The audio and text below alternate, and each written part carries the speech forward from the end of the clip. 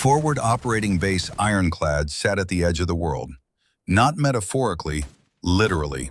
The base occupied a shelf of flattened rock in Helmand Province, Afghanistan, carved This is into the the Barrett. It mountain has a like a 10x zoom. wound that Understood, refused to ma'am. Thank you. heal. Yes, take a look. On No three change rating. sides, the Copy that. Hindu Kush rose in Target black confirmed. walls Wind against the negligible. pre-dawn Copy. sky. On the Heading fourth west. side, Send it. a valley stretched Impact. toward the Lead me. horizon, Target beautiful acquired. Wind and at 2 knots deadly left. in equal measure. Copy. Firing. The kind of Roger. landscape Solid that had impact. swallowed Adjusting for net. armies since Alexander the Great made the same mistake of believing it could be conquered. August 14th, 2011. The air at 4:30 hours already carried the promise of another brutal day. Not hot yet, that would come later. The kind of heat that made men question every choice that had led them to this particular piece of earth. But the cold of the Afghan night was retreating, pulling back like a tide. And in the space between cold and hot, there was this, a perfect, dangerous stillness. Master Sergeant Dale Harmon had been walking perimeters since 1981. 30 years of pre-dawn rituals in places most Americans couldn't locate on a map.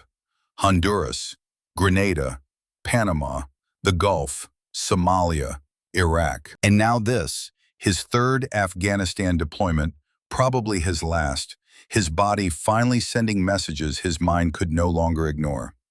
55 years old, and every one of those years lived at the forward edge of the American military machine. His face told the story without words. Lines carved deep around eyes that had witnessed too much. Gray threading through hair that had once been the color of good soil. 3 decades of muscle memory moving him through the darkness with the economy of a man who had learned that wasted energy got people killed. His morning ritual never changed. Walk the perimeter, check the wire, feel the pulse of the base before the chaos of another day began. He'd been doing it so long that the ritual itself had become a form of prayer. Not religious exactly, but close. A way of saying, I'm still here. The people in my care are still here. Another night survived. The armory sat at the eastern edge of the base, a low, concrete structure that smelled permanently of gun oil, and the particular kind of anxiety that accumulated in places where weapons were maintained and readied and sent out into the work. Dale pushed open the door without thinking, expecting the familiar darkness, the sleeping silence of stored equipment. He heard it before he saw it.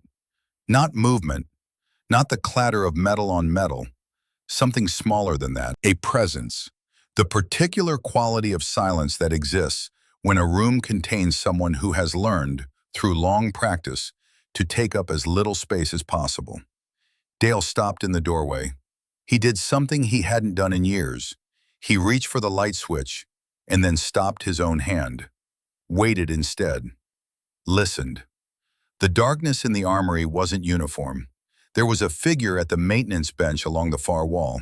Small, compact, bent over a disassembled Barrett M82 50 caliber rifle that lay spread across an oil-stained towel like a patient on a surgeon's table.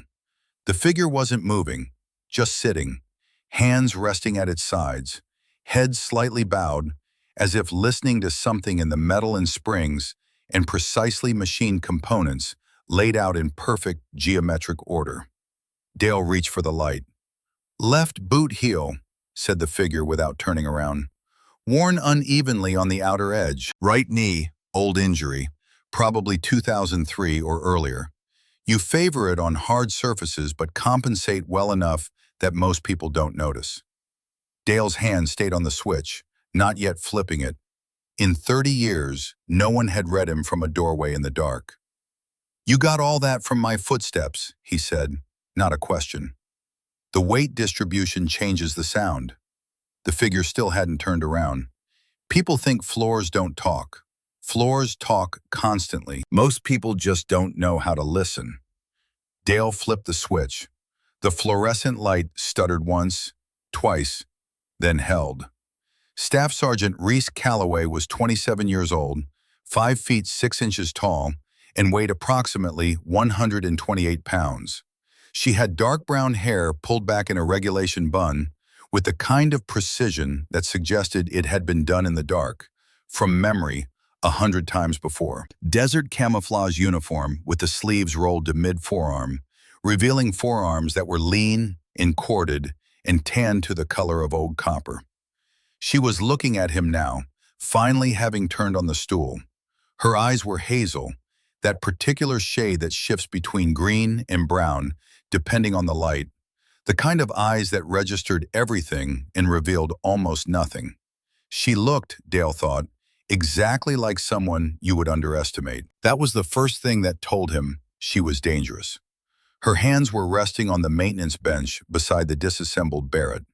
He looked at those hands the way he always looked at the hands of shooters. The hands told you things the face tried to hide. Her hands were still. Not the stillness of someone making an effort to be still. The stillness of someone for whom stillness was the natural state. Each component of the rifle lay in a sequence that Dale recognized immediately as the field strip pattern of someone who had done this particular task so many times that the sequence had become as automatic as breathing. Staff Sergeant Calloway, he said, designated marksman, 3rd Battalion, 5th Marines. Master Sergeant Harmon, she replied, 30 years, 2 Bronze Stars, the knee from Mogadishu, 1993. He pulled up a stool and sat down across from her, because men who'd survived 30 years in this business learned to pay attention when the universe was trying to tell them something. How'd you know about Mogadishu? I didn't, she said. I knew about the knee. Mogadishu was a guess based on your service timeline and the nature of the injury pattern. The way you compensate suggests a lateral impact rather than a fall. Someone hit you from the side at close quarters. Dale looked at her for a long moment. How long you been working with the Barrett? He asked. 4 years. Her hands moved to the rifle's components without looking. The bolt carrier group lifted and settled into place with a whisper of perfectly toleranced metal. Started on the M24 system at sniper school. Moved to the M110 SAS during advanced training. Qualified on this, a small gesture toward the Barrett, about 6 months before this deployment. Dale watched her work. There was a quality to her movements that he had spent 3 decades learning to identify. Not confidence in the chest-out, chin-up sense that young soldiers wore like armor. Something quieter than that. Something that had been earned in places where performance was measured not by scores on a range card, but by whether people came home. You see action with it? He asked. Reese's hands paused on the muzzle brake, just for a second, then continued. Some, she said. Her voice was flat and neutral in the way that voices become when they process things that don't fit into ordinary language. Dale recognized that tone. He'd heard it from his best operators over 30 years, the ones who had, in the old phrase, seen the elephant. They never bragged, never boasted, just that quiet acknowledgement that they had crossed a line most human beings never approached, and that crossing it had cost them something they couldn't name and wouldn't try to. The talkers were always the ones with the least to talk about. He was about to ask another question when the armory door swung open and Corporal Kevin Dade walked in. 22 years old, fresh-faced in the way that young men from good homes sometimes were even after months in a combat zone. The danger hadn't fully reached his face yet, hadn't carved its lines there the way it would, given time. He had the walk of someone who had seen enough action to develop swagger, but not enough to understand what swagger actually cost. He was from rural Georgia, and his accent came through even when he was trying to suppress it. He saw Reese, and his expression shifted into something that wasn't quite a smile. Morning, Calloway. He moved to the equipment rack on the far wall, pulling down his rifle for the morning function check. Still babying that big gun of yours? Reese didn't answer. Her focus remained on the Barrett's barrel assembly, checking for imperfections by touch alone, running her fingertips along the rifling with the concentration of a musician tuning an instrument by ear. Kevin's not quite a smile got a little wider. Word is Hayes over in 2nd Platoon is putting together a sniper team for that Ridge mission next week. Long-range work, serious stuff. Probably not the kind of thing they'd send a... Corporal, Dale's voice had the particular quality of a door being closed, quietly, but firmly. Kevin looked at him. Something in Dale's expression made the smile recede. "How many confirmed kills do you have?" Dale asked. Kevin straightened slightly. "7, Master Sergeant. 3 engagements in Sangin District, all verified." "Good kills," Dale said. "Combat is combat." He turned to look at Reese. "Staff Sergeant Calloway, how many confirmed kills?" The armory went quiet. Reese looked up from the Barrett. Her hazel eyes moved to Dale's face, and something crossed her expression. Not embarrassment, not pride, something that looked more like reluctance.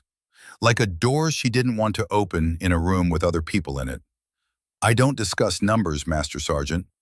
"That's fine," Dale said. He kept his eyes on Kevin. "She has more confirmed kills than your entire platoon combined, Corporal. I'd suggest you think about that the next time you feel like weighing in on what kind of work she's suited for." Kevin's mouth opened. Nothing came out. He looked at Reese, who had already returned her attention to the Barrett, with the complete indifference of someone who had decided long ago that proving herself to people like Kevin was a waste of energy she needed for other things. Kevin left. The door closed behind him. Dale waited until the sound of his boots faded. "Why didn't you say anything yourself?" he asked. Reese installed the final component. The Barrett was whole again. 30 pounds of American precision engineering, capable of punching through engine blocks at 1.5 miles. She lifted it and sighted down the barrel at a point on the far wall, her cheek settling against the stock with the unconscious ease of long familiarity. Perfect cheek weld, perfect eye relief. The weapon fit her the way tools fit craftsmen who have used them for so long that the distinction between hand and instrument begins to blur. "Proving myself to people like him takes energy I need for the work," she said. She set the rifle down with a gentleness that bordered on reverence. "He'll figure it out eventually, or he won't. Either way, it doesn't change what I can do." Dale had spent 30 years evaluating warriors, reading them, measuring them against the invisible standard that separated the ones who would hold when everything fell apart from the ones who would not. It was the most important skill he had developed, more important than marksmanship or tactics or any of the technical competencies that appeared on evaluation reports. He made his assessment of Reese Calloway in that moment, sitting in the armory at 4:45 in the morning, with the smell of gun oil in the air and the Hindu Kush dark and enormous outside the walls. She was the real thing. He just didn't know yet how real. The base-wide speakers crackled to life at 5:12. "All personnel, this is Ironclad Tactical Operations Center. Troops in contact, Eagle 6 convoy, Sangin Valley. Multiple casualties. Requesting immediate fire support. Sniper teams to TOC immediately. This is not a drill." Reese was already moving. She had her plate carrier on before the announcement finished. Her pre-staged ammunition distributed across her pouches with the precision of someone who had done this in the dark, in the rain, in the kind of conditions that turned preparation into the difference between living and dying. The Barrett went across her back. 68 pounds of equipment on a 128-pound frame, and she moved like it weighed nothing. Dale followed her to the Tactical Operations Center at a jog that cost him more than he would have admitted. The TOC was organized chaos with a thin veneer of professionalism holding it together. Radio operators on 3 frequencies simultaneously.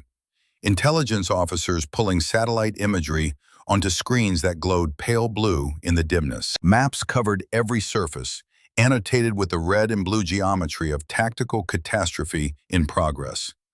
Colonel Gideon Morrow stood at the central display. 60 years old, straight as a ramrod, with the particular bearing of a man who had spent 4 decades making decisions that determined whether other people came home. He had been in the Army since before Reese was born. His face had the quality of old leather, weathered, marked, but still fundamentally sound. He was looking at the tactical display with the expression of a man running calculations. The display told a bad story. Captain Webb's convoy, 12 vehicles, a narrow valley road that had become a killing ground, red icons marking enemy positions on elevated terrain. Too many red icons, and each one represented a weapon pointed at American soldiers who had run out of options for retreat. 3KIA, 5WIA. The radio operator read the transmission with a flat professionalism that was its own kind of courage. Requesting immediate sniper support, enemy positions approximately 900 to 1,400 meters. Elevated terrain, we are pinned. Morrow looked up as Dale and Reese entered. His eyes went to Reese and stayed there. Not dismissive exactly, but assessing. The kind of look that weighed and measured and had not yet decided.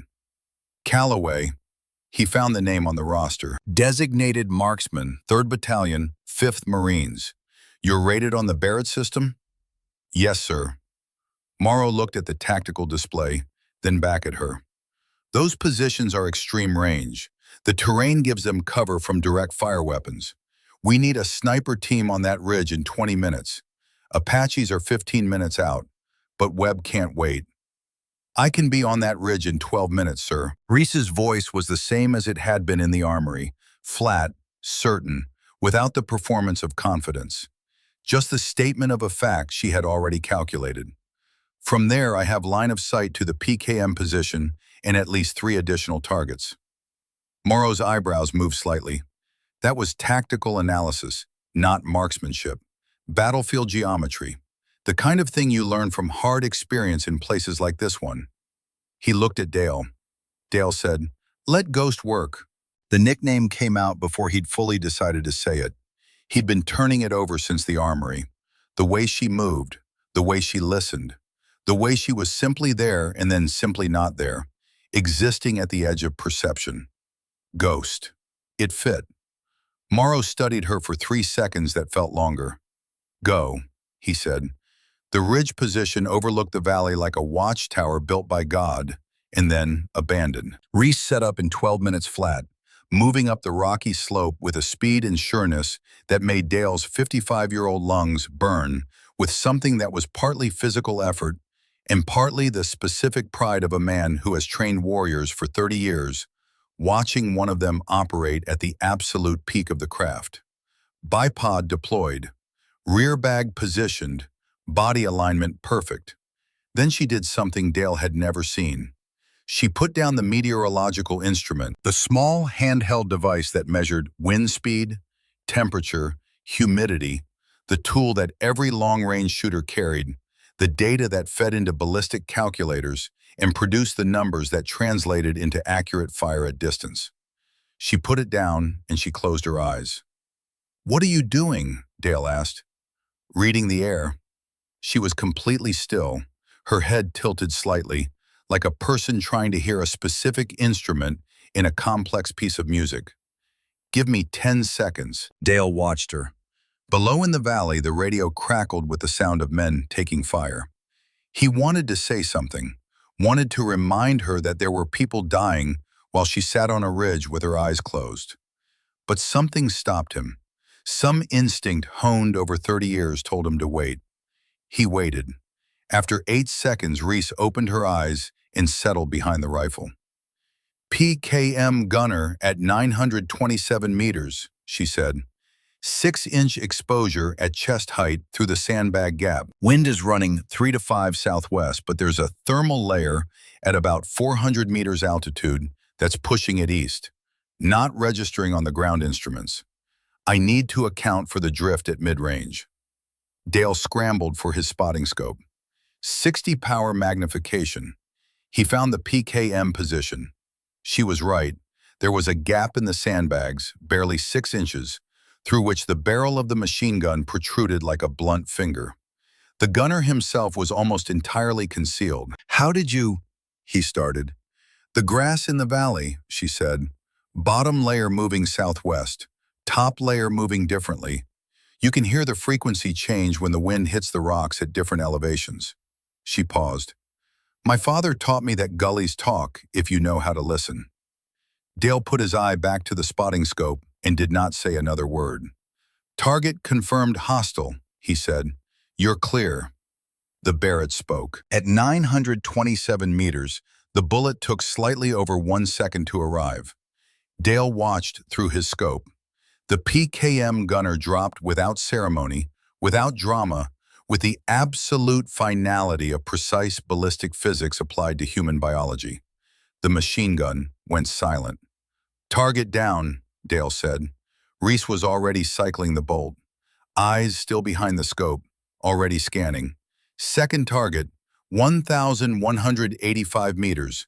Spotter moving behind pickup truck, moving left to right, approximately 2 miles per hour." "Confirmed," Dale said. He found the target, a man moving in the shadow of a vehicle, using the truck's body as cover, pausing, moving again.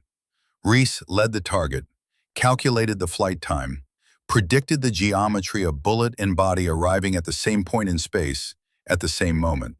The rifle cracked. The truck's cab window exploded. The spotter collapsed.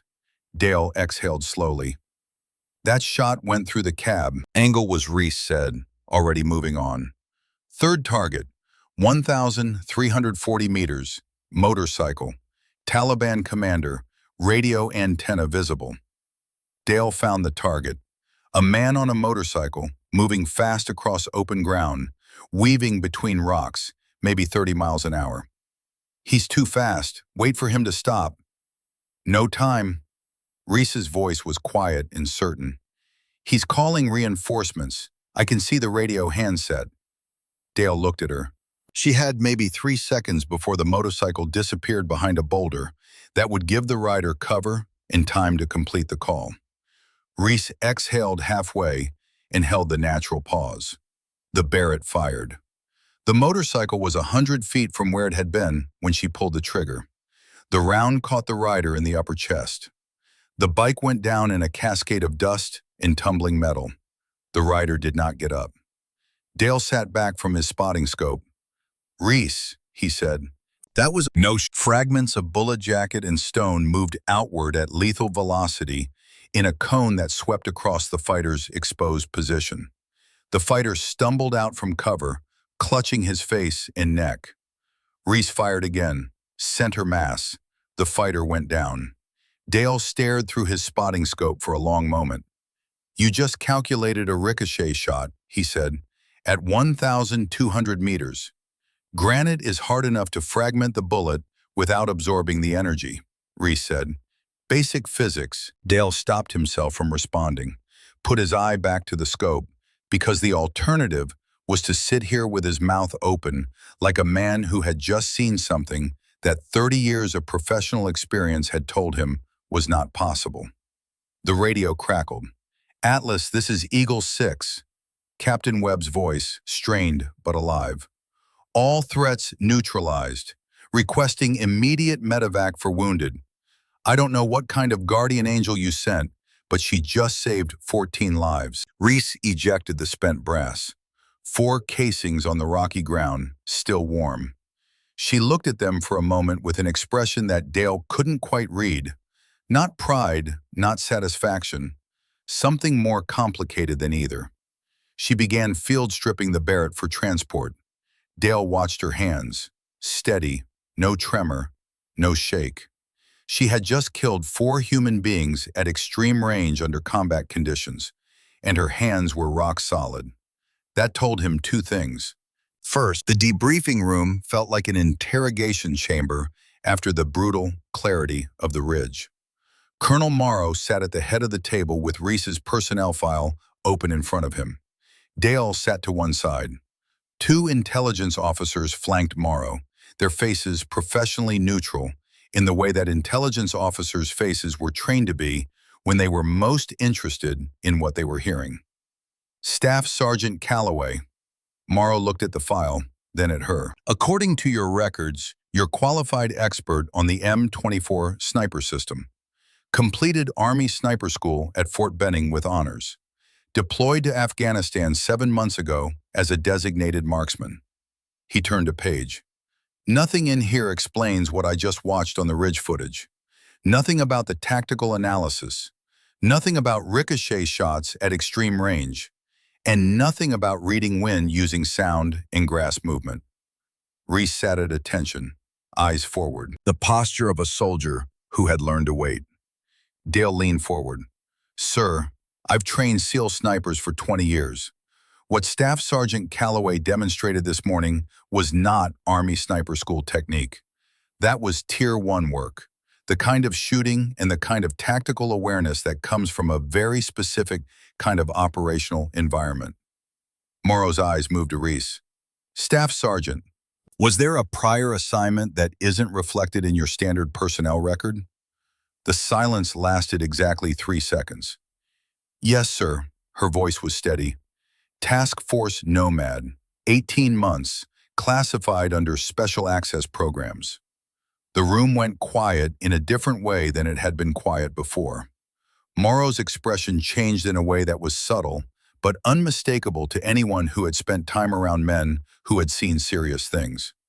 Task Force Nomad. The name existed at the edge of the classified world, whispered in sealed briefing rooms, referenced in reports that required multiple code word clearances to access. A hunter-killer unit that operated in the spaces between conventional warfare and the things that conventional warfare didn't talk about. Counter-sniper operations, Morrow said. It wasn't a question. Yes, sir. Reese kept her eyes forward. Taliban and Al-Qaeda had been targeting American officers and senior NCOs with trained precision marksmen, disrupting command and control across 3 provinces. Nomad's mission was to identify and neutralize those snipers before they could operate. How many? Dale asked. The weight of the question settled in the room like sediment. 47 confirmed kills, Reese said, all at ranges exceeding 800 meters, 32 of them beyond 1,500 meters. Kevin Dade had 7. Career soldiers with 20 years of service had fewer than 15. 47 in 18 months, all at ranges that most snipers would never attempt, against targets who were themselves trained in concealment and counter-sniper awareness. Morrow looked at the closed personnel file. Your longest confirmed kill. Reese was quiet for a moment. When she spoke, her voice dropped slightly, as if the number itself had weight. 3,247 meters, sir. March 23rd, 2010. 3 observers verified the distance. 2 from my unit, 1 from CIA ground branch conducting independent surveillance on the target. Dale did the math. The world record, a Canadian Special Forces operator, stood at approximately 3,500 meters. Reese had come within 250 meters of that record, in combat conditions, without anyone knowing it, without it appearing anywhere in any official record. Who was the target? Morrow asked. Reese's hands, which had been still throughout the entire debriefing, closed into fists on her thighs. Taliban sniper designated the Taylor, she said, real name unknown. He had killed 23 American personnel over 14 months. All long-range precision shots, all targeting officers and senior NCOs. He was systematically degrading our command effectiveness across 3 provinces. She paused. The Taylor killed my father. The room did not move. Gunnery Sergeant Ray Calloway, January 7th, 2009, shot through an armored Humvee viewport at 2,960 meters. My father bled out before medevac arrived. Dale felt the pieces assembling into something he could see completely now. Reese Calloway had not joined the Army because her country called. She had joined because a man she loved had been killed at extreme range by someone she intended to find. She had gone to sniper school, gone to advanced training, gone to Task Force Nomad, spent 18 months hunting through the mountains and valleys of this country until she found the man with the rifle, and when she found him, she had reached out across 3,247 meters of empty air and done what she came to do. And then, Morrow said quietly, the CIA wanted him alive. Yes, sir. Reese's voice was steady, controlled. But Dale heard the thing underneath it, the fault line that the controlled voice was built on top of. They believe he had intelligence on Russian training programs for insurgent forces. The order was to wound, incapacitate, allow ground forces to capture him. But you took the kill shot. Yes, sir. Why? The question sat in the air. Reese looked at Morrow directly for the first time since the debriefing began. Her hazel eyes were clear and certain and carrying something that had no name in the military vocabulary. Because he killed my father, she said, and I had him in my scope. Morrow nodded slowly. Not approval, not condemnation. The nod of a man who understood exactly what he was looking at and was taking his time deciding what to do with it. Psychological evaluation determined you were operationally compromised, he said. Revenge motivated, unable to subordinate personal interests to mission requirements. Yes, sir, that was the assessment. And they sanitized your record and buried you in a conventional unit. Yes, sir. Can you follow orders now, Staff Sergeant? Morrow asked. Not in the abstract, not as a principle. In practice, when the order conflicts with what you want, when the mission requires something different from what your grief requires. Can you do it? Reese sat with the question for a moment that was longer than most people would have given it. I've had 2 years to think about that shot, she said finally. 2 years to live with what I chose. My father taught me that vengeance and justice are not the same thing. Vengeance is personal. Justice is professional. She paused. I took that shot for vengeance. I've regretted it every day since. Not because the tailor didn't deserve to die, but because I let what I felt compromise what I was supposed to do. She looked at Morrow steadily. I won't make that mistake again, sir. The fluorescent lights hummed. Outside, somewhere on the base, a generator cycled through its rhythm. The mountains stood in their ancient indifference beyond the walls. Morrow closed the personnel file. Master Sergeant Harmon, your assessment of Staff Sergeant Calloway's operational reliability. Dale thought about 30 years of reading warriors, about the ones who had held and the ones who had not, about his brother Liam, who he had trained and evaluated and called ready, and who had died in Fallujah in 2004 with his fire team around him. About the particular weight of being responsible for a judgment that could not be undone. Sir, Dale said, in 30 years I have not seen a more naturally gifted shooter or a more tactically aware operator. Her skills are beyond question, and I believe she has learned the hardest lesson any operator can learn, that the mission is bigger than what we feel. He looked at Reese. I'd trust her at my back. Morrow stood, moved to the window that looked out over the base, stood there for a moment with his hands clasped behind him. My SEAL team will be conducting operations in this region for the next several weeks, he said. Some of those operations will require sniper support at extreme ranges. He turned. I'd like you to provide that support on a temporary assignment basis. Reese looked at him. What kind of ranges are we talking about, sir? The question was not hesitation. It was calculation. The assessment of a precision instrument evaluating the task being proposed for it. Morrow almost smiled. The kind that would challenge someone with your background, Staff Sergeant. The kind that require a shooter who can make impossible shots look routine. Something moved in Reese's expression. Not quite a smile, but something adjacent to it. The expression of a person who had been running from something for 2 years and had just been told they were allowed to stop running and face it instead.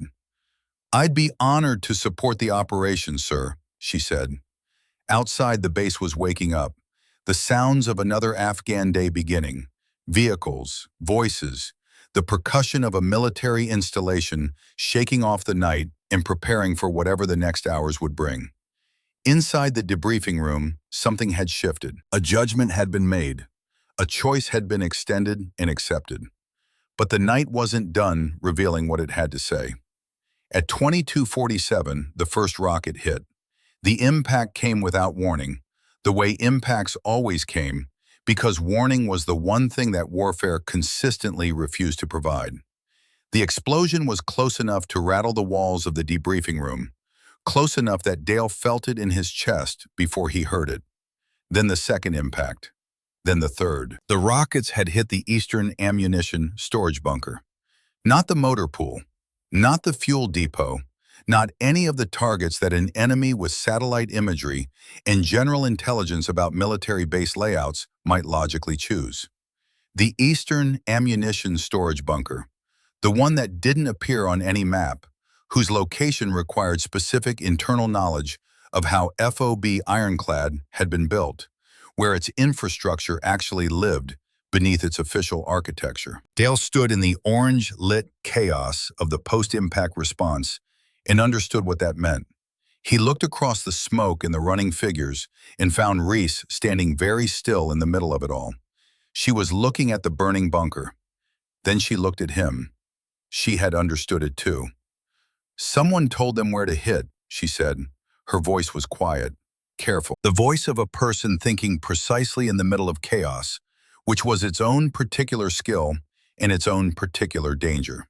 Somewhere inside FOB Ironclad, someone was feeding information to the wrong people.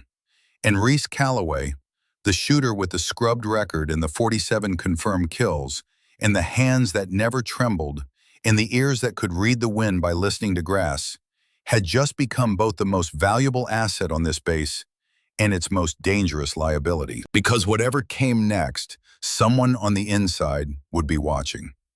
The fire burned against the black Afghan sky, and in the mountains beyond the wire, the war waited with infinite patience for morning to come.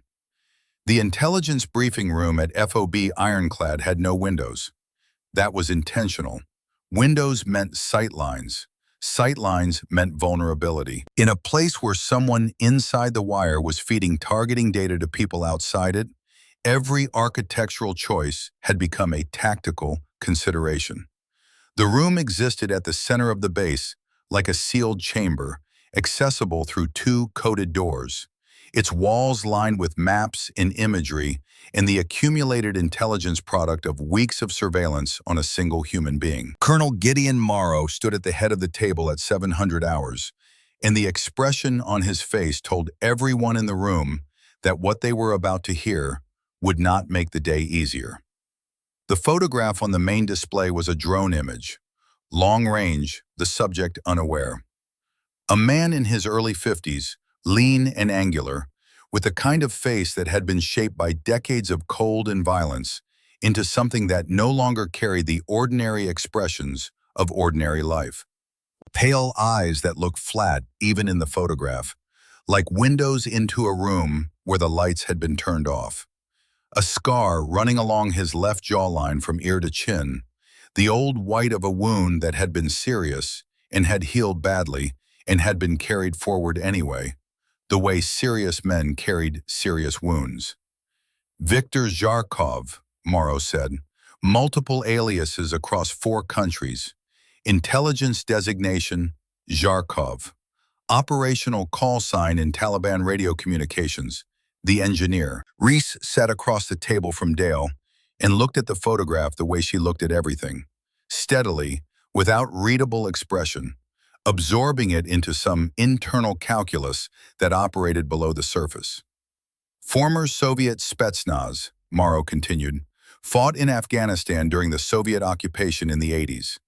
When the USSR collapsed in 1991, he didn't defect, didn't retire. He was reassigned under GRU Deep Cover Protocol, placed in a position to continue influencing the region through proxy relationships with insurgent networks.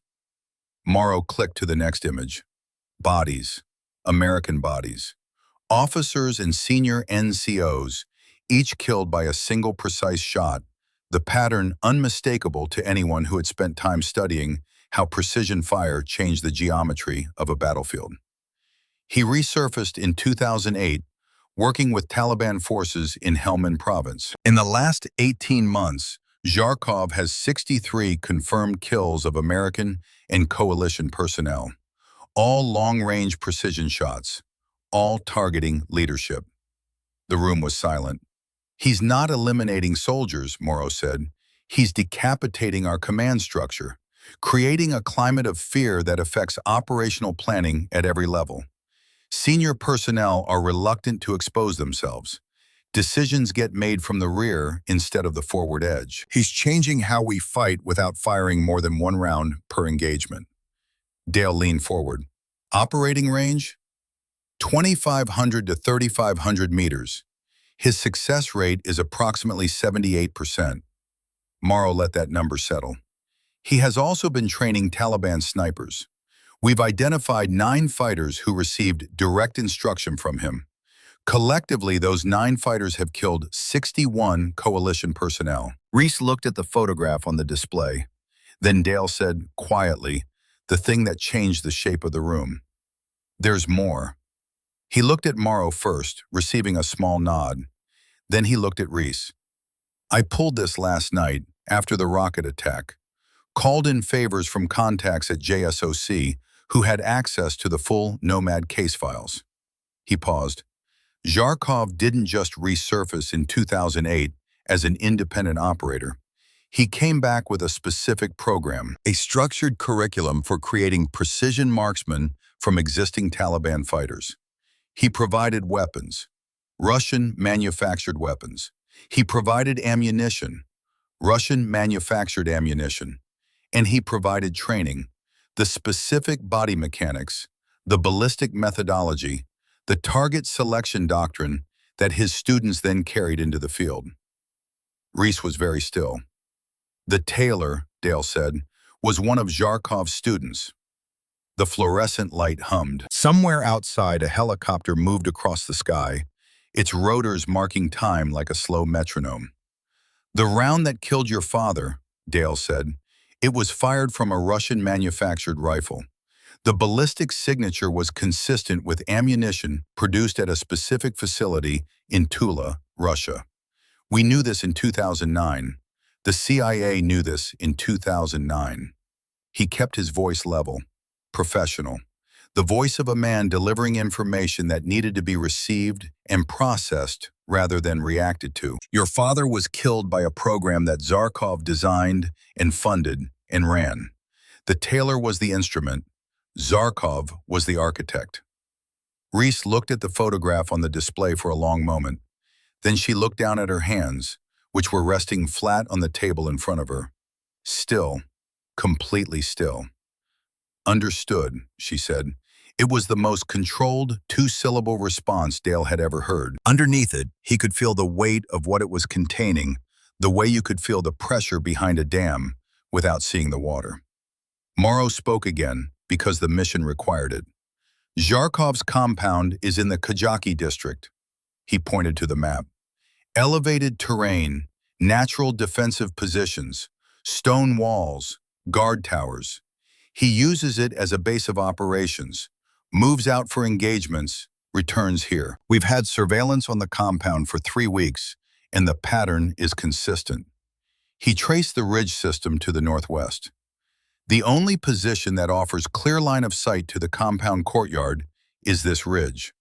Range from that position to the target area is 3,890 meters. The number landed in the room like a stone dropped into still water.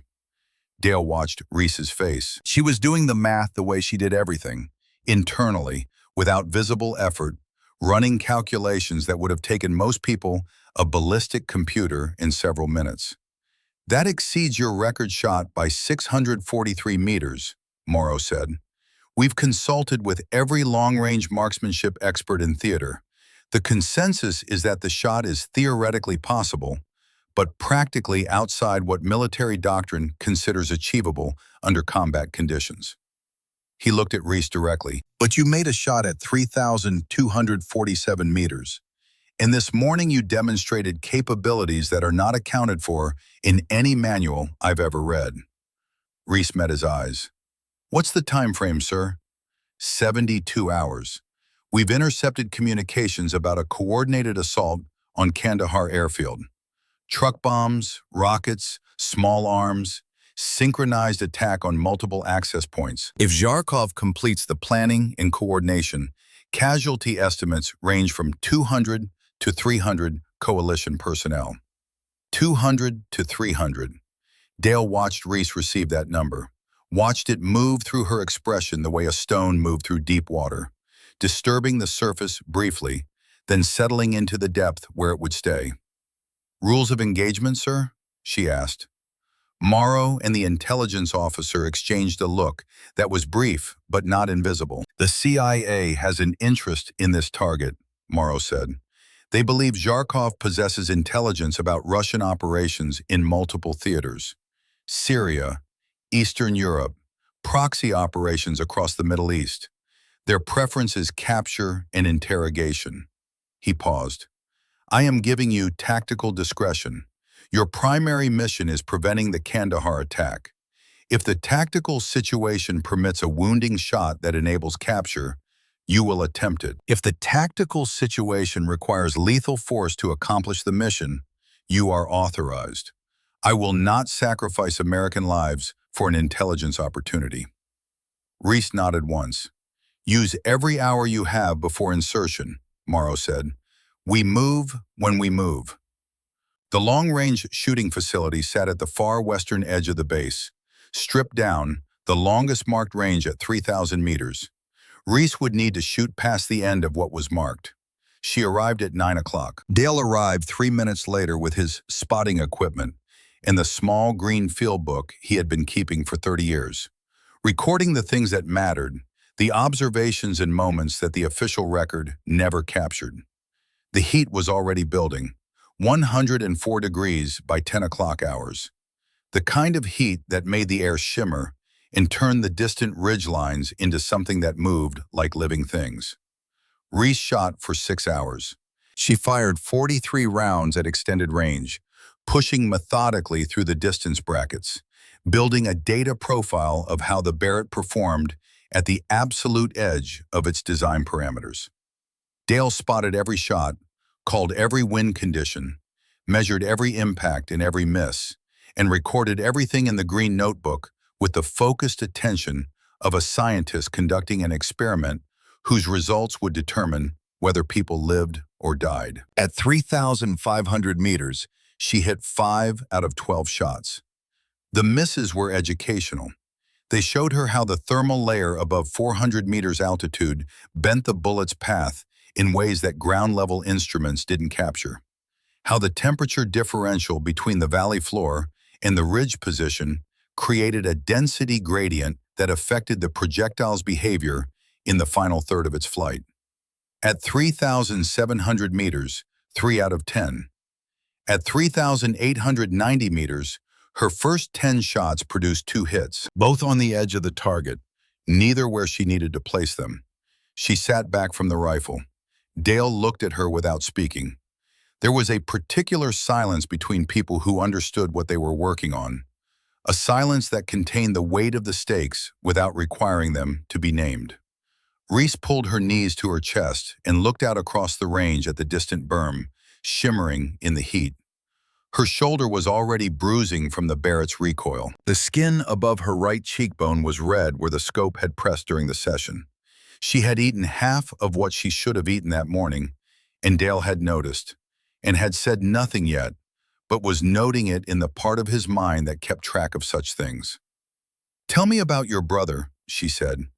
Dale looked at her. The question came from nowhere and everywhere at once. "You mentioned him once," she said. "Briefly, you don't have to." He was quiet for a moment. The heat pressed down. A bird of some kind crossed the impossibly blue sky above them, moving from one ridge to another with a careless freedom of things that weren't at war. "Liam," Dale said, 2 years younger. "He wanted to be a Marine because I was a Marine. That was the whole reason. At 21 years old, his big brother had done it, and he wanted to do it too." He looked at the distant berm. "I trained him before his deployment. Everything I knew. Room clearing, combat movement, Western handling, threat assessment. I told him he was ready.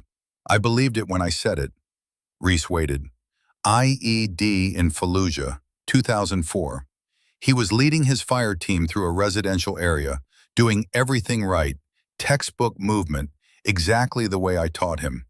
The device was buried under a dead dog in the road. Dale stopped, breathed. There wasn't enough left to fill a small box. The silence that followed was the kind that exists between people who both understand loss at the specific frequency of military grief. Not the civilian grief of illness and age, but the particular violence of a life ending before it should have. "You blame yourself," Reese said, "every day." Dale said it without drama, just the plain statement of a fact he had long since stopped trying to argue with. "I trained him. I evaluated him. I signed off on his readiness. I was wrong." "You gave him everything you had," Reese said. "You can't control every variable in a combat environment. No one can." Dale looked at her. "You sound like you're trying to convince yourself." She almost smiled. "Maybe." She picked up a handful of gravel and let it fall through her fingers, watching the small stones drop in the heat-heavy air. "I spent 2 years asking myself if I could have saved my father," she said. "If I had finished sniper school faster, if I had been assigned to Helmand earlier, if I had been good enough to find the tailor before he found my father." She watched the last of the gravel fall. "But I couldn't control those variables. All I could control was what I did after." She looked at Dale directly. "My father taught me something when I was 9 years old, standing on a range in Texas in the summer heat. He said, 'The rifle doesn't do the work. The shooter doesn't do the work. The air does the work. Your job is to listen to the air carefully enough that you can ask it to carry something where you need it to go.'" She paused. "I've been trying to force these shots, trying to make the rifle do what I want instead of listening to what the air is telling me." Dale looked at her for a long moment. Then he picked up his spotting scope. "Get back on the rifle," he said. She shot for another 2 hours. Something had shifted. Not dramatically, not all at once, but in the way that fundamental changes often happened, incrementally and then completely. She stopped fighting the distance, started trusting the process her father had built into her nervous system across years of standing in the Texas heat and learning to hear what the air was saying. At 3,890 meters, the 11th shot hit center mass. The 12th hit 6 inches high. The 13th hit center mass again. Dale wrote in his notebook, "She stops thinking about distance and starts thinking about air. When she does this, the distance disappears." 30% accuracy at a range that exceeded the Barrett's design parameters in full combat conditions. It wasn't a guarantee. It wasn't even close to comfortable. But it was possible, and possible was what the mission required. They packed up at 1,600 hours, walking back through the heat toward the base in the companionable silence of people who have done serious work together. "Can I ask you something?" Reese said. "Go ahead. Why are you still here? You could have retired 2 years ago. You've earned it." Dale considered the question with the seriousness it deserved. "I made a promise to a man," he said. "Before his last deployment, December 2008, we were at the NCO club at Camp Pendleton, and Ray Calloway looked at me across the table and he said, 'Dale, this one feels different. I don't know why, but if something happens, will you look after Reese?' He paused. I said yes, and then I didn't. Not when it mattered. Not when you got kicked out of Nomad in 2010 and needed someone in your corner." Reese walked beside him without speaking. "I found you 7 months ago," Dale said. "Took me almost 2 years to locate where they'd buried your assignment. I pulled strings I shouldn't have pulled and called in debts I should have saved for something else. And then I requested reassignment to FOB Ironclad." He looked at her. "I owe your father a debt I can't fully repay, but I'm here, and I intend to stay here until this is finished." Reese was quiet for a long moment. Around them, the base moved in its purposeful rhythms. Vehicles, personnel, the machinery of sustained operations turning over and over. "He would have liked you," she said finally. "He always said the best NCOs were the ones who didn't need to be thanked." "I never met a man who deserved thanks less than Ray Calloway," Dale said. "He was the most naturally gifted instructor I ever encountered. trained half the scout snipers in the Corps during the 90s, knew things about long-range shooting that nobody had written down yet. He paused. And he talked about you constantly, showed everyone photographs of this little girl out on the range in Texas, standing next to a rifle that was almost as tall as she was. Couldn't stop talking about how she could hear the wind. Reese looked straight ahead. She could hear the wind, she said quietly. The message arrived at 300 hours. Dale was awake when it came. He read the intelligence summary twice, then put on his boots and went to find Morrow. Morrow was already in the TOC. The CIA intercept had arrived through a back channel that existed specifically for time-sensitive intelligence. The language was clipped and certain. Zharkov had moved the timeline. The Kandahar attack was no longer 72 hours away. It was 24. "We need to insert immediately," Dale said. "That's the assessment," Morrow agreed. He was looking at the tactical display with the expression of a man running calculations that involved human lives on both sides of the ledger. "But there's something else." He pulled up a secondary report. The informant network in the Kajaki district had produced a report in the last 6 hours. Taliban fighters had been observed moving a prisoner into Zharkov's compound 2 days earlier. The prisoner's description matched the physical profile of Sergeant Marcus Dade, 3rd Battalion, 5th Marines, reported missing in action 93 days earlier during a patrol in the Kajaki district. The informant reported that the prisoner was alive but in poor condition, and that the Taliban were planning to conduct a filmed execution for propaganda purposes. The timing of the execution, noon the following day. Dale stood in the pale blue light of the TOC displays and felt the mission restructure itself around this new fact, the way a building restructures around a load-bearing wall that has just been identified. Marcus Dade, Kevin Dade's older brother, 26 years old, 3 months in a Taliban compound, kept alive for exactly this purpose, to be killed on camera in a way that would reach American homes and American hearts and accomplish through psychological operation what rockets and rifles were trying to accomplish through force. "Does Kevin know?" Dale asked. "Not yet," Morrow said, "and he doesn't get told until after. We can't have an emotional variable in the field." Dale understood. He also understood that somewhere in the barracks, Kevin Dade was sleeping without knowing that his brother was alive and in danger, and that the woman he had dismissed in the armory 2 days ago was the only person in Afghanistan who might be able to change what happened at noon tomorrow. He found Reese at 3:30. She was awake. She was almost always awake, he was learning. She slept in short intervals, like a system that couldn't afford to be fully offline for extended periods. She listened to both pieces of information without interrupting. The moved-up timeline, Marcus Dade in the compound. When he finished, she was quiet for a long moment. Then she said, "Wheels up in 6 hours. I need to ask you something first." Dale sat down across from her. "The same question Morrow asked you in the briefing room, but I'm asking it differently." He looked at her steadily. "When you're behind that rifle tomorrow, looking at Viktor Zharkov, the man who designed the program that killed your father, whose shot is it? Is it the mission's shot, or is it Ray Calloway's shot?" Reese held the question the way she held the natural pause in her breathing, deliberately, completely, without rushing toward the exhale. "Both," she said, "and I'm not going to pretend otherwise. Ray Calloway is in that scope every time I look through it. He's been there since January 2009, and he'll be there tomorrow, and I'm not going to lie to you about that." Dale waited.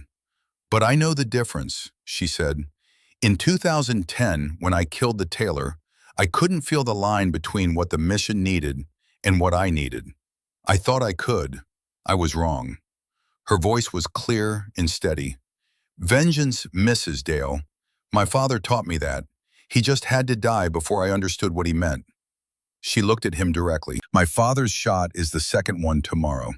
Marcus Dade's shot is the first one. I know the difference between them. That's all that matters." Dale looked at this 27-year-old woman sitting in the pre-dawn dark of a forward operating base at the edge of the world, carrying the weight of a grief that had shaped her into something extraordinary and terrible and precise. And he thought about Ray Calloway showing photographs of a little girl on a Texas range to anyone who would look at them. He thought, Ray, I found her, and she's everything you said she was, and more. He stood up. Get your gear, he said. We move at 0900. The helicopter lifted off from FOB Ironclad at 0900 hours exactly and flew nap of Earth through the mountain corridors toward Forward Operating Point Eagle, a small outpost 40 minutes out, the staging point for the final approach on foot. Reese sat with the Barrett across her thighs, one hand resting on the stock in the automatic way of shooters who had learned not to let the weapon out of direct contact during transport. The rotors beat overhead. The mountains moved past the open door in their ancient, indifferent procession. She pulled a photograph from the inside pocket of her plate carrier. Dale watched her look at it for a moment before she put it away. He had seen enough to recognize it. A man in uniform, standing beside a Barrett M82, smiling with the full-body ease of someone who had earned the right to smile that way. The photograph was worn at the edges and had been folded and unfolded so many times that the creases had become permanent features, as though the paper had committed itself to this particular shape. Gunnery Sergeant Ray Calloway. The helicopter banked left through a mountain pass, and the early morning sun came through the door at a sharp angle, laying gold across the floor of the aircraft. And for a moment, everything was very simple and very clear. A daughter carrying her father into a fight he couldn't finish. A debt being honored in the only currency that this particular country accepted. At Forward Operating Point Eagle, the Marine lieutenant in charge met them with the route information and the news that the QRF was standing by, and that the weather forecast showed temperature dropping to -8 Celsius in the target area after midnight. Reese absorbed this without visible reaction. She checked her equipment for the third time. Barrett. Clean, function checked, zeroed. Ammunition, each round inspected individually, the 2 special rounds loaded last into the magazine. Every component of the mission that could be controlled had been controlled. They stepped off at 1800 hours, walking into the mountains as the sun began its descent, and the shadows lengthened across the stone, and the temperature began its slow drop toward what the night had waiting for them. 8 hours to the ridge position. 8 hours through the kind of terrain that had been breaking armies and empires for 3,000 years, carrying the weight of the work on their backs, moving in silence through the gathering dark. Dale watched Reese move ahead of him on the trail and thought about the photograph in her plate carrier and the 2 special rounds in the Barrett's magazine, and the man who had taught a 9-year-old girl to stand still in the Texas heat and listen to what the air was saying. He thought, tomorrow, one way or another, this ends. The mountains rose around them. The night came down. And somewhere in the darkness ahead, at a range that tested the limits of what physics and human skill could accomplish together, Viktor Zharkov was moving through his compound, planning his assault, completely unaware that a ghost was walking toward him through the dark, coming to ask the air to carry something one last time. The ridge position had no name on any map. It was simply a place where the mountain created a natural shelf of flat rock, wide enough for 2 people lying prone, elevated enough to see across the valley to the compound walls 4,000 meters away. The kind of place that existed because the geology of the Hindu Kush had been shaped over millions of years without any awareness of the human purposes it would eventually serve. Reese and Dale reached it at 0217 hours. They had been walking for 8 hours and 16 minutes through terrain that had no mercy for the human body. Dale's knee had sent its complaints through every climbing section, and he had answered each one with the same response he had been giving his body for 30 years. Not yet. Reese had moved ahead of him on the steeper sections, not to show him up, but because her body was 30 years younger, and the math was simply the math. She had waited for him at the difficult points without making it about waiting. Just stopped, adjusted her gear, studied the terrain ahead. That was all. At hour 6, Dale had noticed the change in how she was walking. The left foot was landing slightly differently than the right, a barely perceptible alteration in her gait, the kind of thing that only registered to someone who had spent 30 years watching how bodies moved under load in cold conditions. Her boots were good boots, rated to the temperature, but field rating and actual performance across 8 hours of mountainous terrain in dropping temperatures were not the same thing. He said nothing, because she said nothing, and because stopping to address it would cost time they didn't have. And she knew that, and he knew that she knew that. And in the economy of this particular night, there was no surplus of anything to spend on what could not be changed. They built the hide position using the natural terrain features, the way Dale had taught it, and the way Reese had learned it, through 18 months of operations that had required exactly this kind of discipline. Rocks repositioned with care, minimal disturbance to the natural surface, clean sight lines in the direction of the target, concealment on 3 sides. 2 people shaped themselves into the landscape and became part of it. Reese ranged the compound. The laser rangefinder painted the courtyard wall with invisible light and returned its measurement with the indifferent precision of a machine that did not understand what the number meant. 4,087 meters. Dale looked at the display, then at Reese. She was already doing the math, her eyes slightly unfocused in the way they got when the calculations were running. Bullet drop at this range, 247 feet. Flight time, 6.4 seconds. Wind drift dependent on conditions that would change between now and noon. The shot existed somewhere in the territory beyond what military doctrine called achievable, and before what physics called impossible. A narrow territory, cold and unforgiving. "That's 200 meters beyond the briefing range," Dale said. "I know. Reese, I can make it." She settled behind the Barrett and began adjusting the scope with the small, certain movements of someone calibrating an instrument they understood completely. "The elevation differential works in our favor at this range. The downward angle reduces the effective crosswind component in the final third of the flight path. We lose something in terminal velocity, but we gain something in the lateral drift problem." Dale looked at her. "Your father teach you that too?" "My father taught me everything," she said. "I've just had 20 years to find out what it meant." She settled into position. Bipod deployed, rear bag positioned, body aligned in the shallow angle that distributed the Barrett's recoil across her skeleton rather than concentrating it in her shoulder. She closed her eyes. The mountain had been here for 10 million years. She was borrowing its patience. Dale set up his spotting scope. Below them, 4,000 meters away, the compound sat dark and silent in the pre-dawn. Stone walls, guard towers at 2 corners, a courtyard that was empty now, but would not be empty at noon. The satellite imagery had shown the pattern consistently across 3 weeks of surveillance. Zharkov emerged from the main building at approximately 1200 hours, conducted a security walk of the perimeter, inspected guard positions, smoked a cigarette in the courtyard. 90 seconds, maybe less. 90 seconds to do what needed to be done. 7 hours to wait for those 90 seconds. The temperature dropped to -12 Celsius at 0300 hours. Dale felt it in his hands first, then his face, then the deep ache of his knee that cold always amplified into something specific and insistent.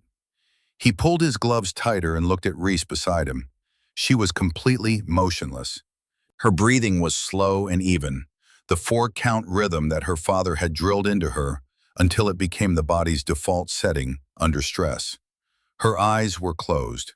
Every 40 minutes through the night she opened her eyes, checked the wind instruments, then closed them again.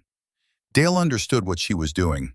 She was building a map of the air between their position and the target, cataloging the wind's behavior across the dark hours, identifying the patterns and the cycles, learning the frequency of this particular piece of sky so that when noon came, she would know it the way she knew the Barrett's components.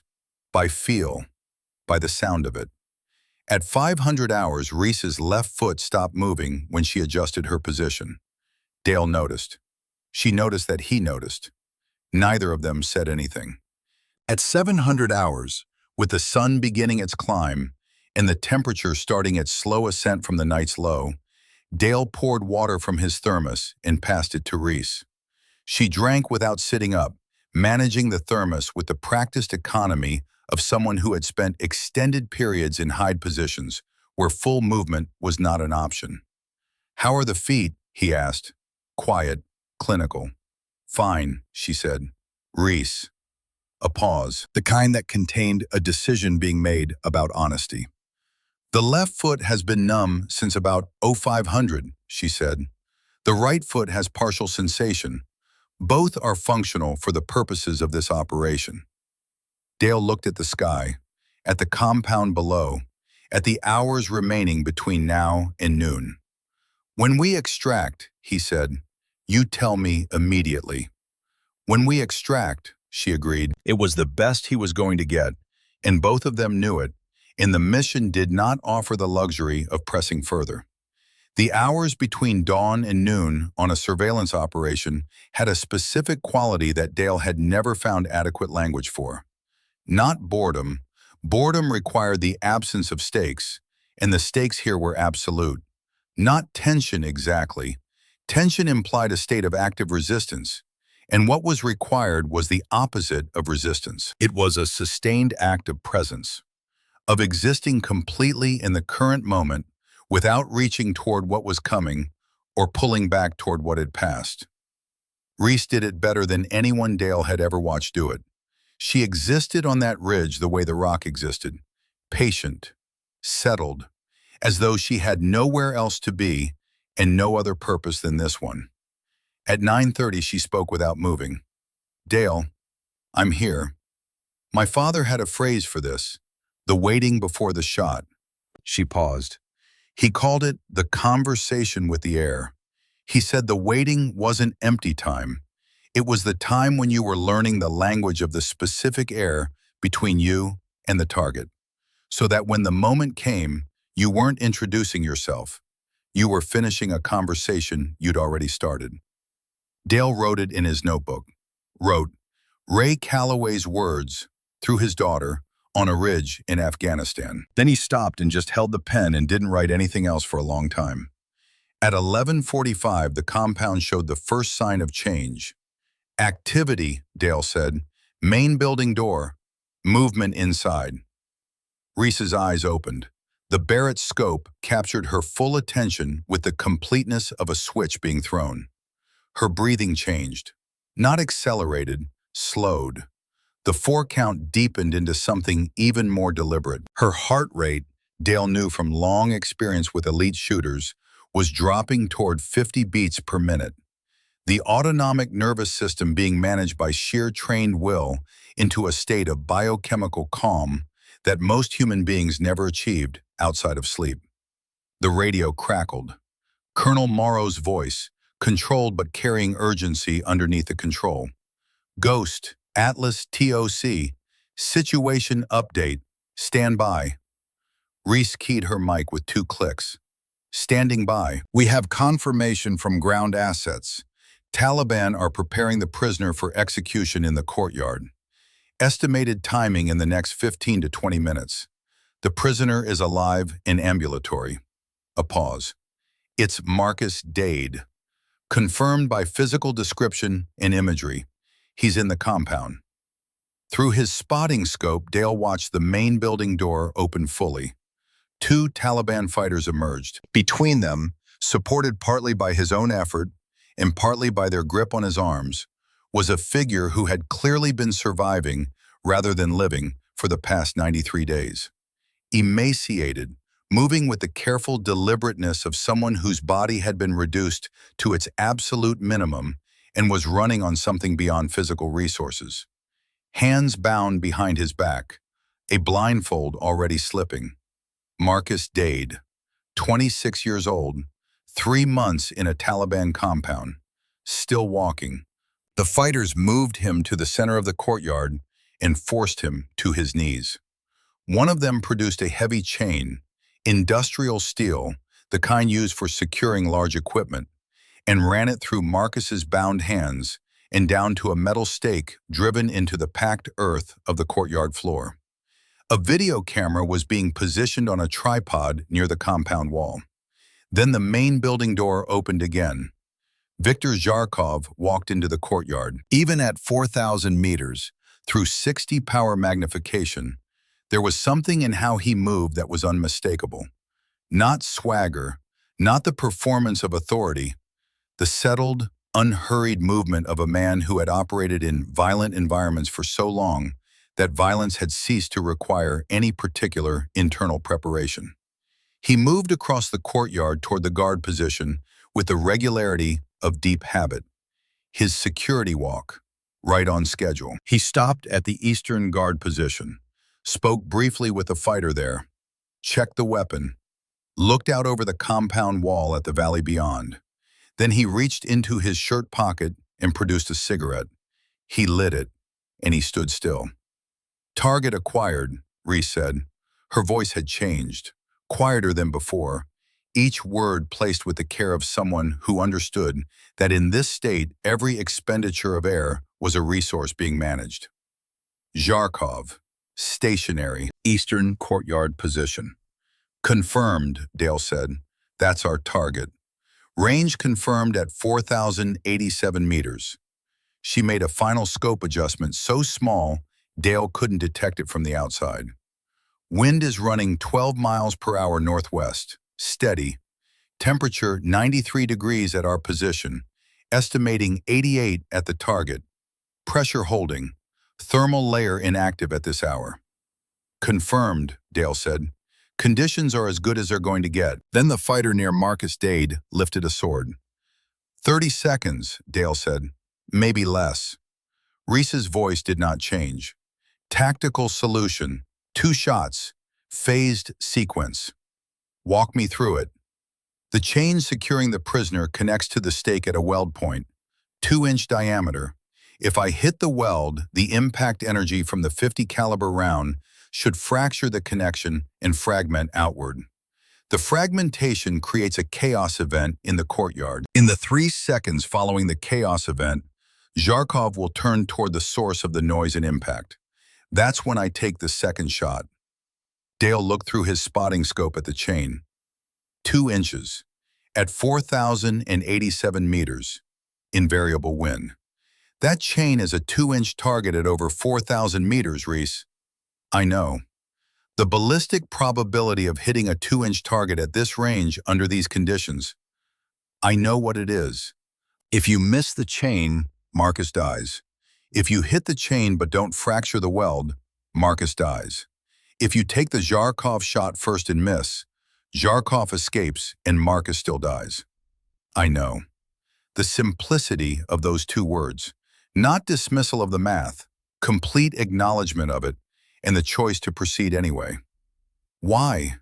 Dale asked, not challenging her, needing to understand, needing to know that what was about to happen was coming from the right place. Reese was still behind the rifle, still breathing her 4 count, still in conversation with the air.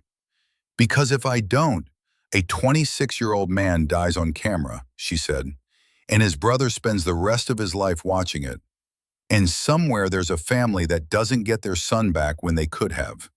She paused. "My father's shot is the second one. Marcus Dade's shot is the first one. I know the difference." Dale looked at her for 1 second. Then he put his eye to the spotting scope. "Atlas TOC, Ghost," Reese transmitted, "requesting authorization for 2-shot sequence. Phase 1, prisoner release. Phase 2, primary target elimination." Morrow's voice came back in 7 seconds. "Ghost, you are authorized. Both shots at your discretion. May God guide your aim." The radio went silent. Reese reached into the rifle's magazine and ran her thumb across the first round. Dale had seen her load them in the dark before departure, had seen her hold each one briefly before chambering it. He knew what was engraved on them. R.C. Ray Calloway. Carried since January 2009, waiting for the shots that deserved them. She was giving the first one to Marcus Dade. She settled completely. Everything that she was, the daughter of Ray Calloway, the student of Dale Harmon, the 27-year-old woman who had crossed half the world pursuing justice and revenge until she learned to tell the difference between them. All of it narrowed into a single point of absolute stillness. Her eyes closed. 12 miles per hour northwest. Steady. She knew this air now. She had been in conversation with it for 7 hours. She knew its frequency and its cycles, and the way it moved differently above the thermal layer than below it. She knew what it would do to something traveling through it at 2,800 feet per second across 4,087 meters of distance in 6.4 seconds of time. She opened her eyes. Crosshairs settled on a point in empty space, 23 feet above the chain, 34 feet to the left, a point that contained nothing. No target, no reference, no visual confirmation of correctness, just her understanding of physics in air and the lesson her father had taught her on a Texas range when she was 9 years old. The air does the work. Your job is to listen carefully enough to ask it right. The Barrett fired. The recoil came through her shoulder with its familiar authority. The spent brass ejected and tumbled through the Afghan sunlight, catching it briefly, a small gold arc against the blue. Reese was already cycling the bolt with the automatic speed of 10,000 repetitions. The second round chambered. Her eye returned to the scope before the first round had finished its journey.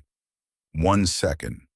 Dale watched through his spotting scope. The compound courtyard was 4,000 meters away, and the bullet was somewhere in the 6.4 seconds of its flight, invisible, committed, following the path that physics and Reese's understanding of the air had given it.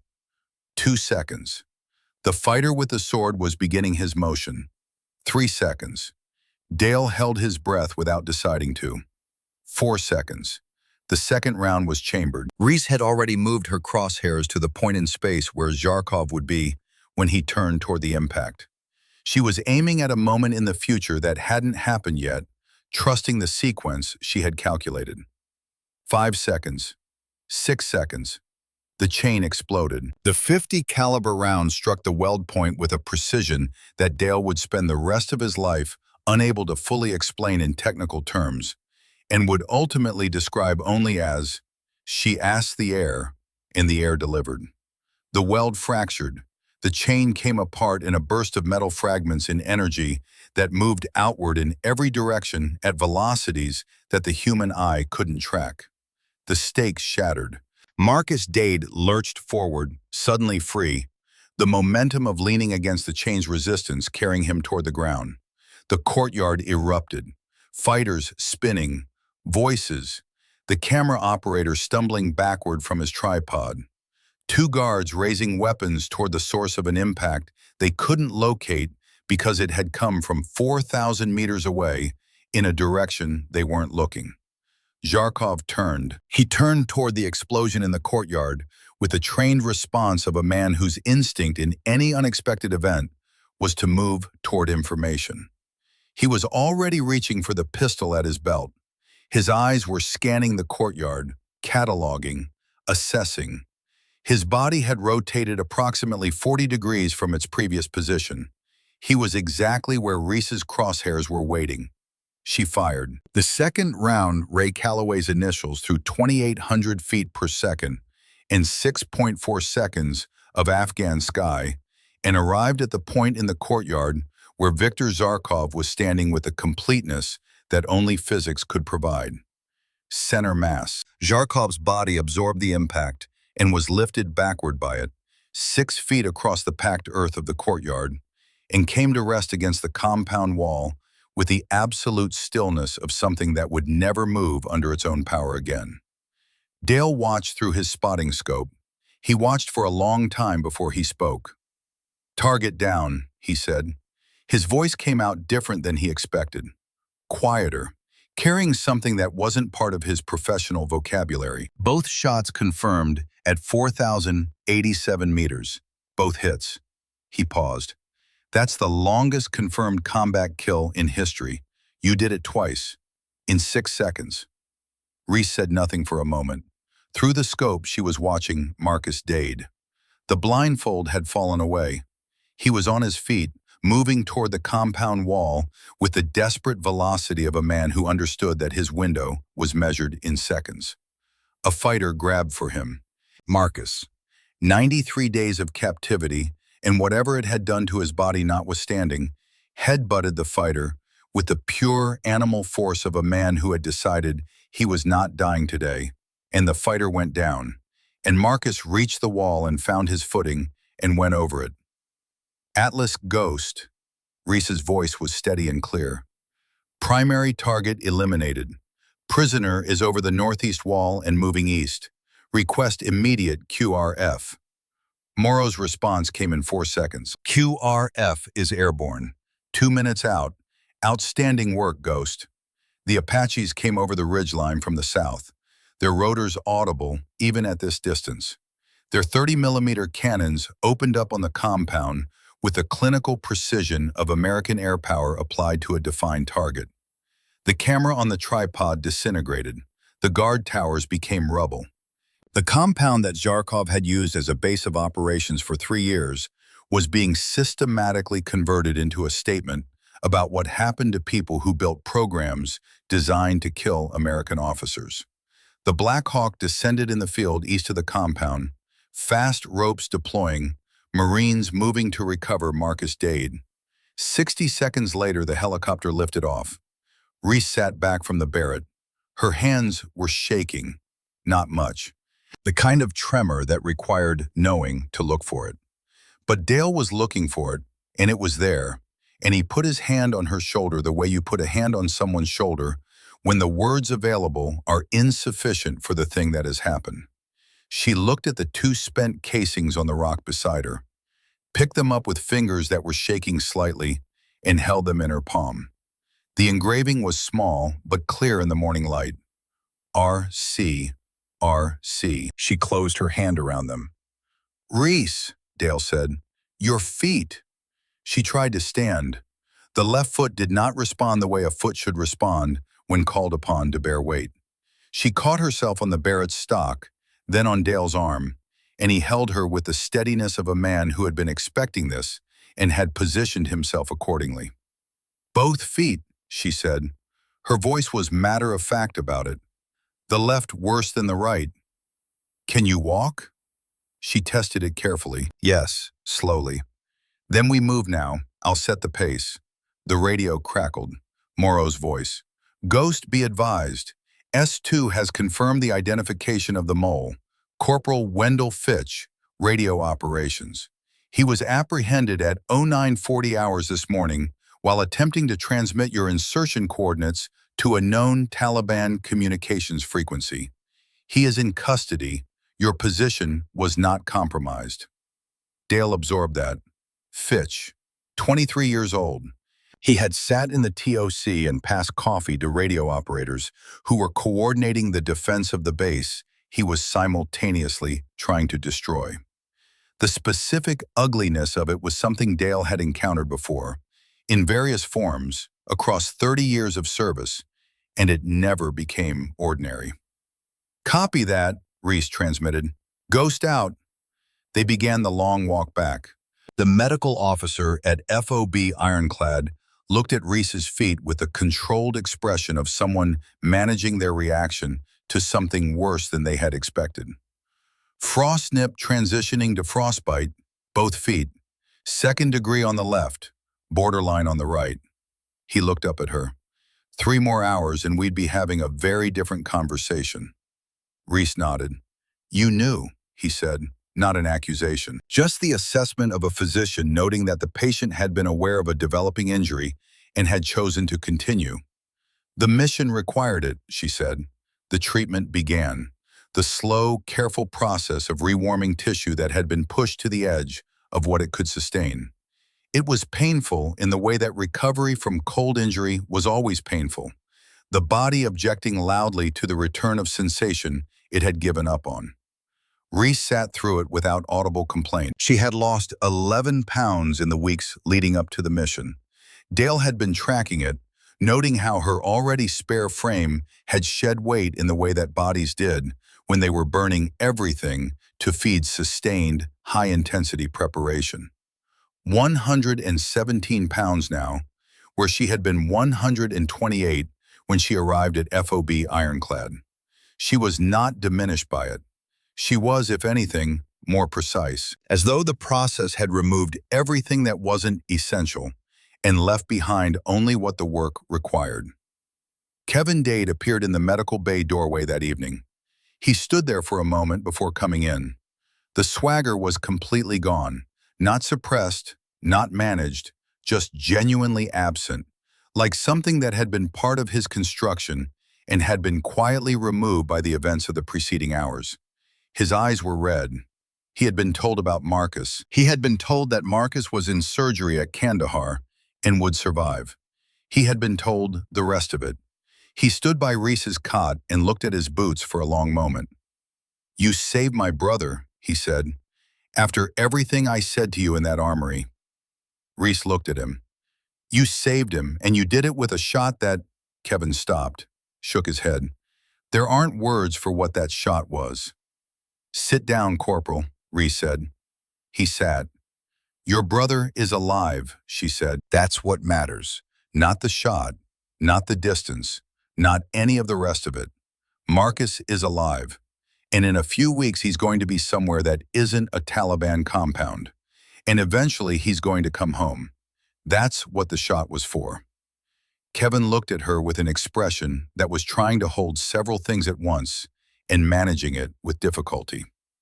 "I want to be better," he said, "not just as a soldier. I want to be better than I was in that armory, better than I was every time I looked at you and saw something less than what you are." He paused. "I don't know how to do that, but I want to." "You start by listening more than you talk," Reese said, "and by understanding that competence doesn't announce itself. It shows up when it's needed. Everything else is just noise." She looked at him steadily. "Can you be a spotter?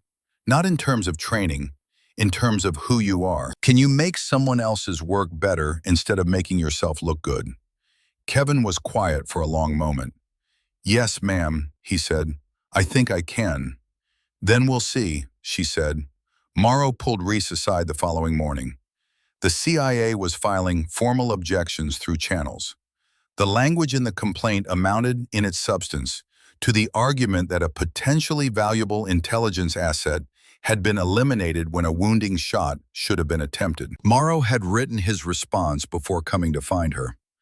"I told them that at 4,087 meters, in combat conditions, with a prisoner's life dependent on the first shot and the mission's success dependent on the second, a wounding shot was not a tactically viable option," he said. "I told them that 200 personnel at Kandahar Airfield are alive because of the decisions made on that ridge." He looked at her. "They don't like it. They can't argue with it." Reese nodded. "Your record remains classified under special access protocols," Morrow said, 20 years before declassification, which means that in 2031, your name enters the public record as the shooter who made the longest confirmed combat kills in military history. Twice, 6 seconds apart. "I can live with that," Reese said. "There's one more thing." Morrow looked at her with the expression of a man offering something he had thought carefully about. "Advanced Scout Sniper School at Fort Benning has a vacancy for an instructor position. The recommendation came from Master Sergeant Harmon, who will be retiring in February. He says you're the only person he'd trust to continue what he started, what Ray Calloway started."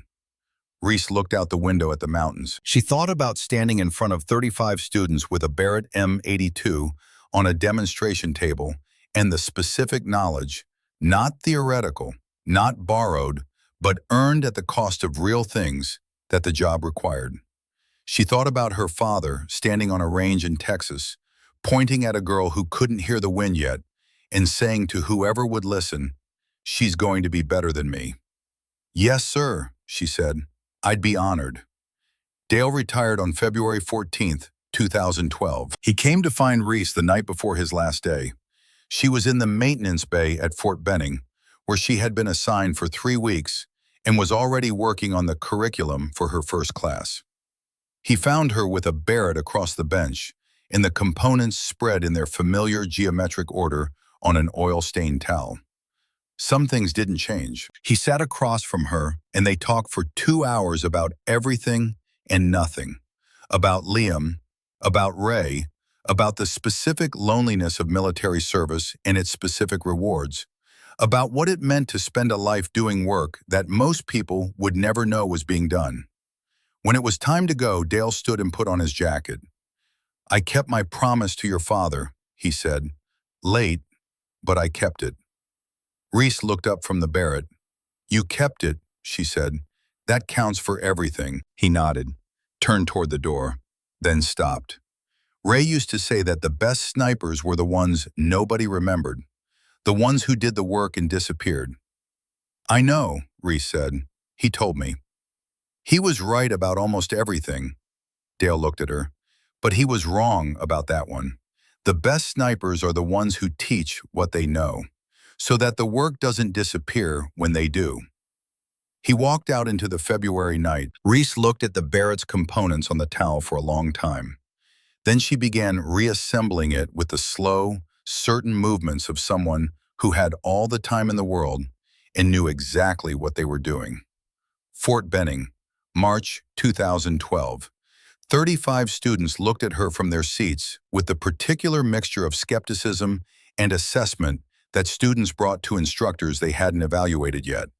26 men, 9 women, ages ranging from 21 to 29. All of them capable. None of them yet understanding what capable actually meant in the context of the work they were being prepared for. Reese set the Barrett M82 on the demonstration table. Let them look at it. Let them feel the weight of what it represented before she said a word. "My name is Staff Sergeant Calloway," she said. "Some of you have heard things about me. I'm not going to confirm or deny any of it, because that's not why we're here. We're here because precision shooting is a skill that can be learned, and because that skill, applied correctly in the right circumstances, saves lives. American lives. The lives of people who cannot protect themselves from the specific threat that we are trained to address." She walked from the demonstration table to the window. The Georgia Spring was outside, green and civilian, and entirely unaware of what was being prepared in this room. "My father was Gunnery Sergeant Ray Calloway. He trained scout snipers for 15 years.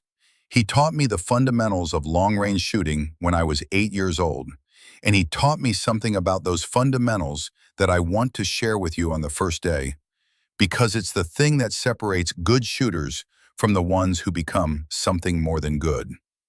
She turned back to them. He said, "The rifle is not the tool. The bullet is not the tool. The air is the tool. The air between you and the target is the instrument that carries your intention across the distance. Your job, your entire job as a long-range shooter, is to understand the air well enough that you can ask it to carry something where you need it to go." She paused. "You learn to read wind with instruments. That's the foundation. But eventually, if you practice enough and pay enough attention, you learn to read wind with your body, with your ears, with the feeling of it moving across your skin and through your clothing and along the ground in front of you. You learn its frequency." A hand went up.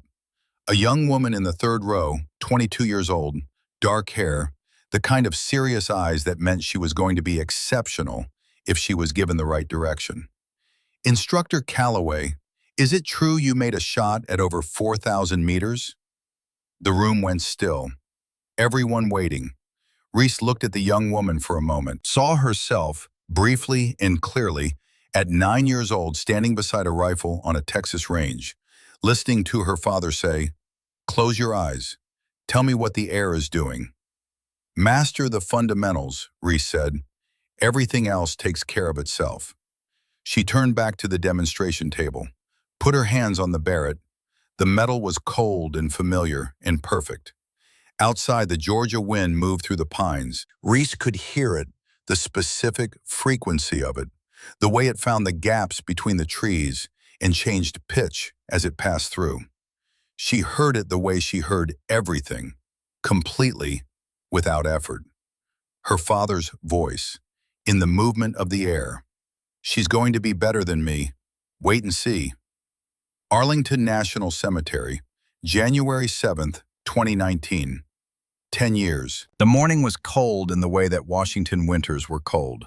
Not the brutal, absolute cold of the Hindu Kush, but a persistent, penetrating cold that moved through coats and gloves and settled in the bones. The kind of cold that was honest about itself. Reese walked between the rows of white headstones with the slight irregularity in her gait that had remained after the frostbite. Not enough to slow her down, not enough to be called a limp, just a small unevenness that was hers now, permanent, part of the physical record of what she had done and what it had cost. She found the headstone, Gunnery Sergeant Ray Calloway, the dates of his life, the dates of his service. She placed the flowers and crouched beside the stone and put her hand on the cold marble and did not say anything for a long time. There was nothing to say that he didn't already know. He had always known. He had trained her for exactly this, not for the shots she would take, but for the judgment to know which ones to take. Not for the distance she could reach across, but for the reason she was reaching. The sound of footsteps on the path behind her. Reese turned. A woman in her mid-60s, white hair, a gold star pin on her coat lapel, the symbol worn by parents who had sent children to war and received them back as memories. Her eyes were kind in the specific way that people's eyes became kind when grief had been lived with long enough to become something other than grief. "Are you Reese Calloway?" the woman asked. Reese stood. "My son was stationed at Kandahar Airfield in August 2011, the woman said. "He came home. He got married. He has 2 daughters now." Her eyes were filling. "I've spent years trying to find out who—" She stopped, started again. "I know your record is classified. I know you can't confirm anything. But I needed to come here today, on this particular day, and find you and say it to your face." She stepped forward and took Reese's hands in both of hers. "Because of you, I have grandchildren. Because of what you chose to do, what it cost you to do it, my son is alive. Thank you." Those are inadequate words, and I'm using them anyway because they're what I have. Reese looked at this woman and felt something move through her that had no name in any vocabulary she had ever learned. Not pride, not satisfaction, something older and quieter than either. Something that felt like the lesson underneath all the other lessons, the one she had spent 20 years learning the shape of. She put her arms around the woman and held her. When the woman walked back down the path between the headstones, Reese turned to face her father's grave. Crouched again, put her hand on the marble. "I kept my promise, Dad," she said quietly. "Not for vengeance, for them." She closed her eyes. The January wind moved through the trees of Arlington, through the rows of white stone, across the open ground and up the hill, and through the bare branches of the oaks, and down to where Reese was kneeling, with her hand on her father's grave. She heard its frequency, clear and specific and known. The same air her father had pointed her toward when she was 9 years old and taught her the first lesson and the last one and the only one that mattered. Listen, ask it right, trust what you hear. On the headstone in the cold January light, Gunnery Sergeant Ray Calloway. He taught her to listen before she learned to shoot. Reese stayed until she had finished the conversation. Then she stood and straightened and walked back down the path toward the world that was still going, still requiring the work, still full of people who needed someone willing to stand between them and the long distances that wanted to swallow them. The wind came with her.